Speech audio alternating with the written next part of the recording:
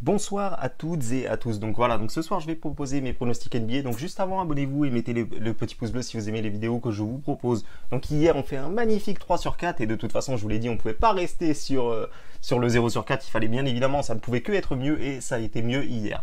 Donc voilà, donc on va revenir bien évidemment sur chaque pronostic Memphis. Et vraiment, ce match-là je l'ai vu et j'ai vraiment cru que la malchance allait encore nous suivre parce que Memphis qui a 4-5 minutes de la fin menait de plus 10.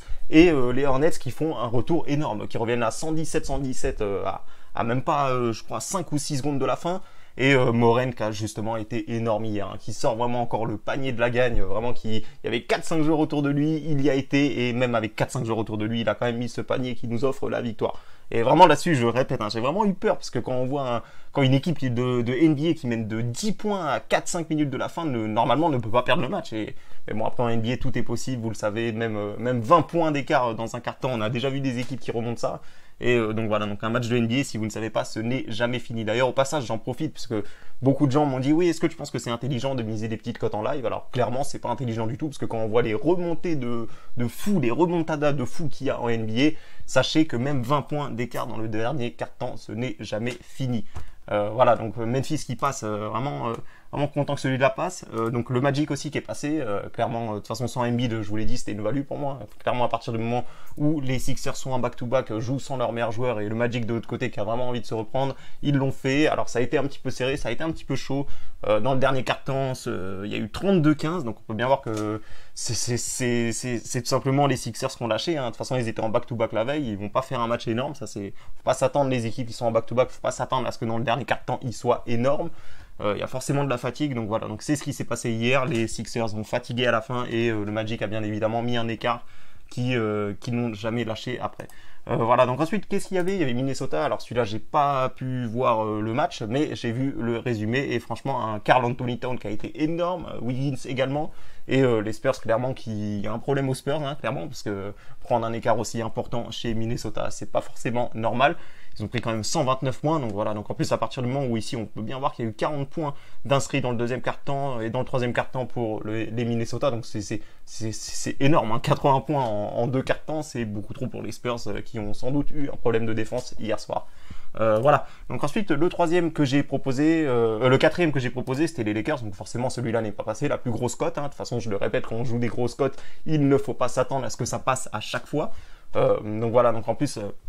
Vraiment au début ça a été équilibré pas longtemps, ça a été équilibré pendant 5-6 minutes et puis les Lakers clairement qui ont mis un écart énorme en plus qui était sans Davis, hein, je vous l'ai pas dit hier mais qui était sans Davis et donc pour moi c'est d'ailleurs pour ça que j'ai trouvé que c'était valu parce que Davis n'était pas là donc je me suis dit que peut-être que s'il y a un moment où les Lakers peuvent chuter c'est sans un de leurs meilleurs joueurs et malheureusement ce n'est pas le cas. Les Warriors clairement qui ont tout raté hier, hein, clairement, cette équipe des Warriors est faible, hein, leurs jeunes ne sont pas au niveau et de toute façon, sans Klay Thompson, sans Stephen Curry, ça va être compliqué pour les Warriors de gagner des matchs. Voilà, donc maintenant, moi je pense que ça se tentait, hein, comme je le dis, j'ai pas forcément de regret là-dessus. Davis n'était pas là, c'était un coup à tenter, c'est pas passé, mais en tout cas, on fait un beau 3 sur 4 et ça fait plaisir. Donc voilà, donc maintenant pour ce soir, j'en ai moins à vous proposer que les autres jours, j'en ai deux, pour être exact, j'en ai deux à vous proposer. Et donc on va commencer bien évidemment par le premier. Alors j'ai du mal à revenir là-dessus. Cleveland Cavaliers qui m'a vraiment déçu au dernier pronostic puisque évidemment en cote à 5,50 qui perd à la dernière seconde, c'est vraiment très dur. J'ai toujours du mal à m'en remettre.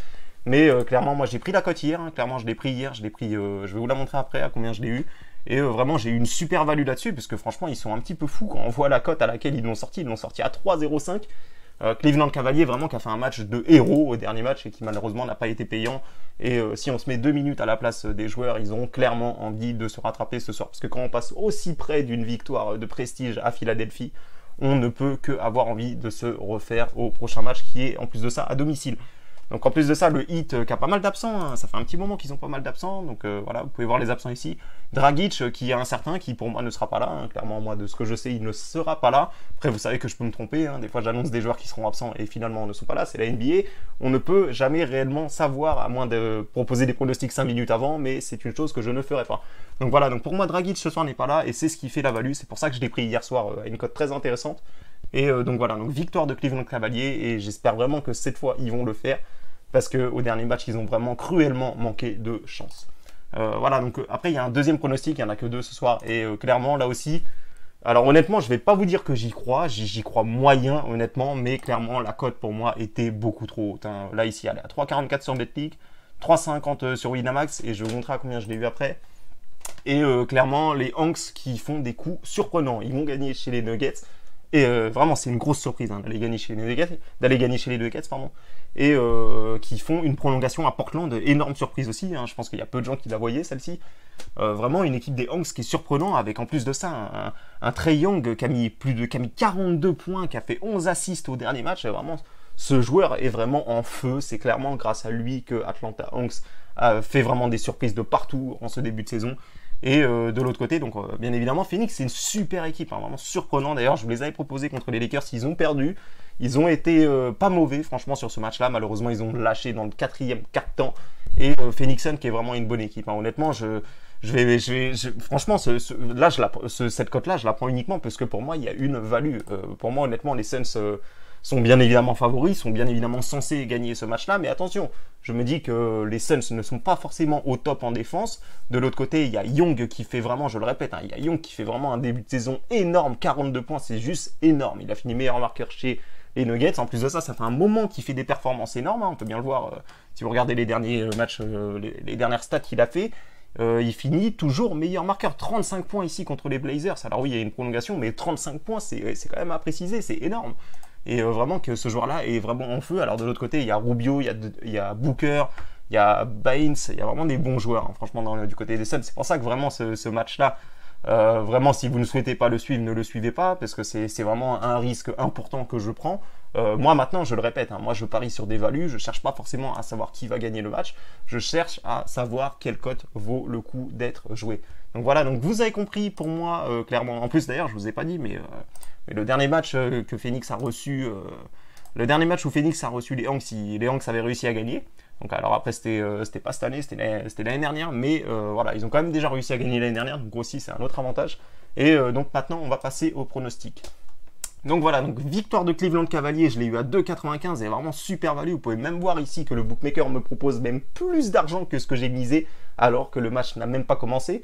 Donc quoi qu'il arrive, ce pronostic-là, je ne serai pas déçu. Parce qu'à partir du moment où j'obtiens une cote, je le répète, hein, à partir du moment où j'obtiens une cote et qu'il y a une chute aussi importante, pour moi, mon travail de value a été fait, bien évidemment. Deuxième pronostic, donc voilà, donc victoire de Atlanta Hawks. Alors celui-là, honnêtement, je ne sais pas s'il va passer, mais honnêtement, pour moi, 3,85, c'était beaucoup trop haut pour les Hawks. Je le répète, hein, de l'autre côté, il y a Young, du côté d'Atlanta, il y a Young qui fait vraiment des performances monstrueuses, et si ce soir il refait une performance monstrueuse, pourquoi pas aller chercher cette victoire chez les Suns. Donc voilà, donc ça c'est mes deux pronostics, vraiment pour moi c'est que des values ce soir que je tente, hein. Vraiment vous pouvez bien le voir ici, des cotes qui ont chuté, vraiment que des values, hein. Donc voilà, donc si vous souhaitez suivre, vous suivez, et sinon si vous souhaitez suivre aucun pronostic, vous faites comme vous voulez. Voilà, moi maintenant je vous présente mes pronostics, c'est à vous de jouer. Donc voilà, donc merci à tous d'avoir suivi ma vidéo, et je vous dis à bientôt pour mes prochains pronostics.